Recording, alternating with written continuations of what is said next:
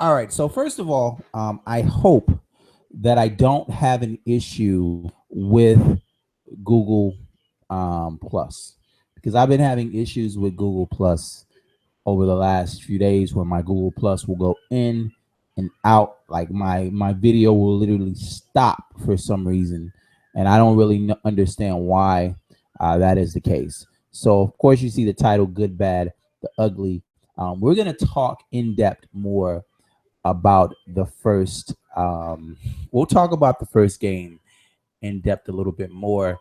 I simply glanced over.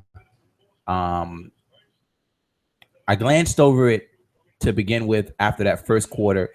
If you noticed, I was talking more about the first team offense. I really wanted to see what our first team offense was going to look like. My interest level, I wouldn't say it decreases after the starters leave the game, but I definitely don't have the same attention for the game once the starters leave. I seen people in my comment section and people in Facebook groups on talking about at least we won. What? What? At least we won. You happy because we won a preseason game? You're happy because our third stringers, free agents, beat their third stringers and free agents. What? Whoa, wait a minute. Now, there were people that were making comments that made sense. It's a small sample size. There's no reason to be panicked. But you're talking to a lifelong Miami native, a dude who grew up watching Dolphins, who my father introduced me to the Dolphins, and I've been nothing but a Dolphin fan my entire life. Um, and shit, what like I think I might have seen one playoff game that a Miami Dolphin was in like the last 10 years or some shit like that. And that was back when Chad Pennington and we were running the Wildcat offense. It was gimmick. Nobody really could mess with it. And we had Ricky and Ronnie and we're running that Wildcat and we went to the playoffs. Yeah. And then after that, we went right back to the cellar. Now, excuse me if I'm a little bit on edge when I don't see the results. And maybe I jumped the gun just a little bit. So I want to also talk about this shit. And I'll show you what I was looking at here. I'm going to pull it up. In battle, Dallas Thomas sounds off on Twitter, tough guys. So apparently, Dallas Thomas was upset that fans were ripping a hole in his ass. Rightfully so. The dude is terrible. He's terrible. I wish I could say that shit like Charles Barkley. I've said that before. Terrible. It's terrible. You're terrible. My grandmother in a wheelchair with diabetes is a better football player than Dallas Thomas. No doubt. Man is garbage. So he gets upset that fans are upset because he's allowing the quarterback to be fucking hit in like 5 seconds. He let that like this dude got pushed back into the quarterback in a matter of about 4 to 5 seconds. He's upset that people call this out. So, well, Twitter gives people courage to say, think, man. First of all, Dallas Thomas, why are you even concerned with what people are saying to you on Twitter? You're a professional football player. You're on the field with 300-pound men, and you worrying about what some motherfucker said on Twitter. What the fuck is wrong? And that's just like I said previously with Miko Grimes. Remember that? When I said, you know what, these are big men, and they are worried about the words of a woman on Twitter. You're in a stadium, 100,000 people. Maybe I'm exaggerating a little bit. Let's say 60,000 people. shouting, screaming, waving shit. You're on the other side of some of the biggest, baddest athletes in the world.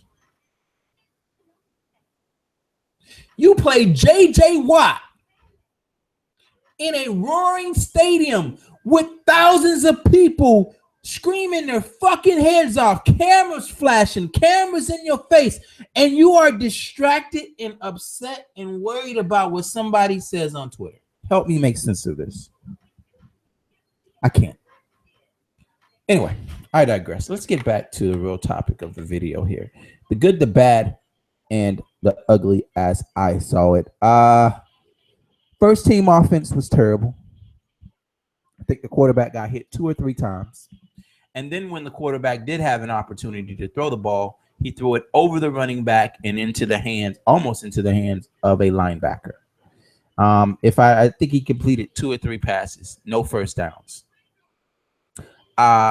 Then Matt Moore came in and much of the same results. I don't quite remember when we started to really score.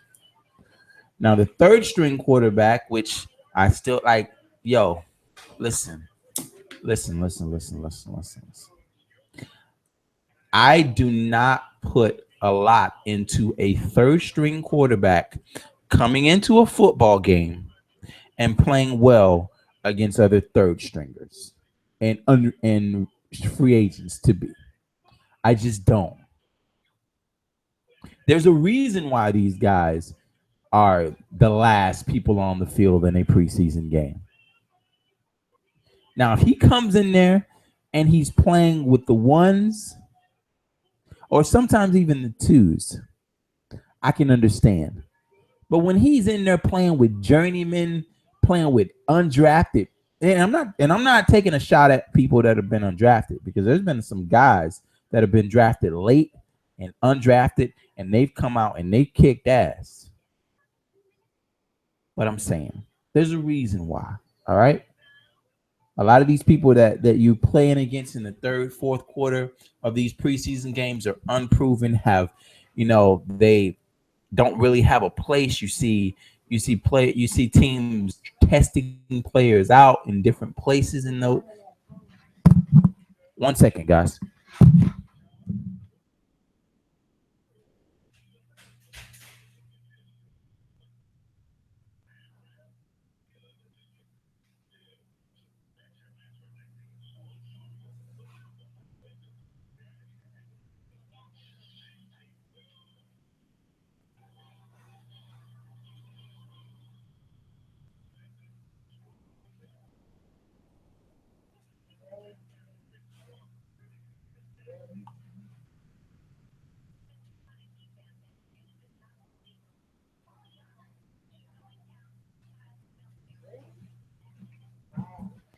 All right, so I'm back.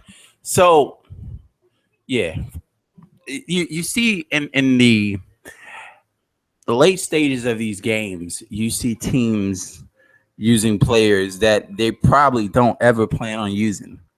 Every now and then they find a diamond in the rough, but for the most part, a lot of you're not hardly ever going to see a truly valuable player being used, especially on defense, in that fourth quarter of a preseason game.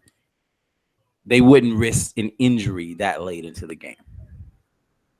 Typically around that third game, you'll see the starters go 1 or 2 quarters, depending on how much work they need. Now, I was also upset.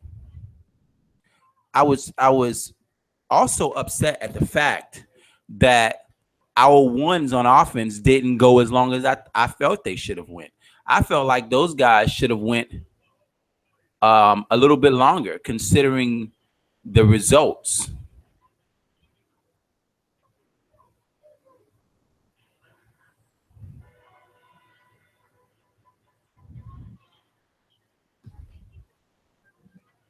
Now, I mean, when your quarterback is getting hit, what did he get hit 2 or 3 times? I would have liked to saw adjustments being made. We're going against, that is invaluable experience. when you have Vernon and JPP out there playing against you, I felt like the first team offense should have played longer than they did to get that invaluable experience. Change some things, work on some things. I know that from what I was told, Tannehill is going to be trusted more with his audibles. I would like to see that in play. Now, I'm not saying that we go away from the vanilla stuff that you fully in a preseason game. I fully expect for us to throw as little at teams as possible. You want to stay as vanilla as possible. You don't want to show too much. And I got to dive into my comment section and see what my folks, they should at least play a quarter this Friday. Gay said the starters will play a lot against Dallas. Yes, I very much hope so. The only thing is that the Dallas defensive line is nowhere close to this Giant defensive line. Dallas has taken a lot of hits. I think they have 2 or 3 guys that are suspended, and then you have Greg Hardy that didn't even get re-signed. So I don't know who their ends are. I mean, they signed Greg Hardy because they wanted to beef up their pass rush, and then they got rid of him. They didn't bring him back. I think he had like 6 sacks in a shortened season last year. So, I mean, we could go out there next week, this week coming up versus Dallas and look good, because the Dallas pressure is not what the Giant pressure is. Dallas doesn't have JPP and Olivia Vernon. I don't know who the hell Dallas has out there. They got like 3 guys suspended and 1 guy they didn't bring back. So their defensive line is not that good. So, I mean, the Brad Daugherty looks better than Matt Moore. I think Matt Moore was playing against 1s and 2s, so that's kind of hard to say. You got a guy that's going up against 1s and 2s versus a guy who's going up against free agents. Completely different. Matt Moore is facing a different level of competition. So that's why I was kind of upset again, because I felt like our starters could have stayed out there a bit longer and went up against that Giant competition. Because that Giant defensive line, you can already see it. They're going to be a handful with JPP and Vernon. They're going to be a pain in the ass coming around that corner. Some of the things that I noticed that were good. I really like Jakeem Grant. I like the little guy. He's a little spark plug. You can see it. He's going to be a little beast. Jakeem Grant is going to be a guy who in space, and I was saying it, remember, if you go back a few videos back, you'll hear me saying the fact that Jakeem Grant is one of those guys that we can plug in that is going to be a problem. And I really want to see him in open field with a couple blockers in front of him. I can't wait to see that. That like little wide receiver screens with a couple big 6 foot, with a couple big guys in front of him. That is going to be hard to defend because of how small he is and how he's able to get lost. And you got him out in with a few big offensive lines in front of him. That's going to be a problem. Isaiah Peed. Now, Isaiah Peed played a little bit later in the game, so I kind of have to take what he did with a grain of salt. But he looks patient. He looks explosive to me. I really like some of the things that I was saying from Isaiah Peed. But I use the but because I have to. He played later in the game. He wasn't playing versus those 1s and 2s that I remember. You know what I mean? Walt Aikens coming up with a strip of the quarterback, getting a turnover. Decent play from Walt Aikens. I like that. Bobby McCain coming up with a very athletic pick. I don't care who you're going against. Well, that ball was underthrown. It was a poorly thrown pass, but it was Bobby McCain showing some athleticism with a nice pick. So that was a good one. Uh, Laramie Tunsil looked decent. Let's see. Tunsil should try to take over Albert. Yes, Albert getting burnt. He got burnt. I'm talking about straight burnt. So I mean, like I said in the preseason, man, I was very much hoping that we could move some of these pieces around and at least get Dallas Thomas off of the field. Get him off of the field. That man is terrible, but he continues to start. I don't understand that at all. That makes no sense to me. I really don't understand the reason why uh, Dallas Thomas is even on the field for the Miami Dolphins, let alone being a starter. Maybe you take him and you make him in reserve, but even then, I mean, we're already praying that nobody gets hurt. But God forbid if somebody gets hurt and you got Dallas Thomas, you might as well send the hurt guy out there. Another bad thing. What is his name? Our wide receiver. We saw. Oh yeah, good thing. The rookie wide receiver looks solid on the catches that he made. I think he's number 88 now, if I'm not mistaken. Bear with me because I'm horrible with I'm absolutely horrible with names. If you've been watching me for a while or watching or tuning in and checking out my channel, I'm dreadful with names. So if you're a player, I'm talking about Leonte Carroll, the wide receiver from Rutgers, 6'1", 217. He looks solid out there. So there's some good things to take away from this game. There's some bad things. Next week to me versus the Dallas defense is not a measuring stick. I felt like this Giant defensive line was a better measuring stick, and we should have gotten more reps out of it. What did Tannehill play like two? Like the starters played like two damn possessions. I felt like we should have done more. Because next week to me, well, this week versus the Giants is not a good measuring stick. Just not. I don't look at the Dallas defensive line like I look at that Giant defensive line. Now, if we were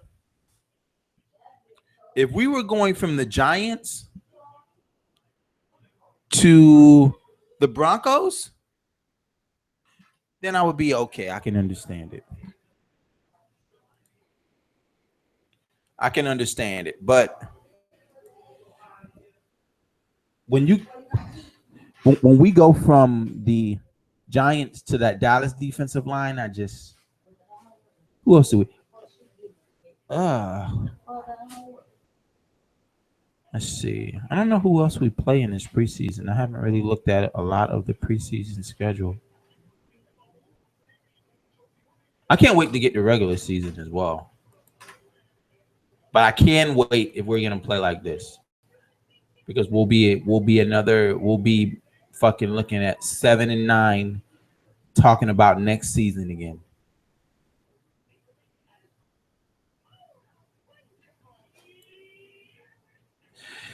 Anyway, folks, I will be back as we get ready to go up against the Dallas Cowboys. That will probably be my next video, unless something happens where I feel like I need to make a video about it. Shout out to Miko Grimes as well, as I'm going to be hopefully doing a podcast with her shortly. Oh man. Anyway, man, if you're not subscribed to the channel, make sure that you subscribe to the channel. Hard hitting sports in your face.